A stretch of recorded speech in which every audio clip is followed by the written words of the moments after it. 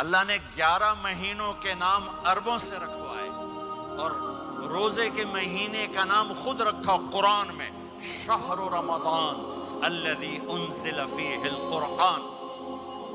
محرم، صفر، ربیع الاول، ربیع الثانی، جمادی الاولی، جمادی الثانی، رجب، شعبان، شوال، ذوالقعدہ، ذوالحج، یہ عربوں نے نام رکھا۔ اور رمضان پہلے سے رکھا جا چکا تھا، عربوں سے رکھوایا۔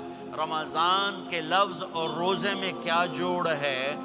رمضان کہتے ہیں جل جانا، جل جانا، جل جانا۔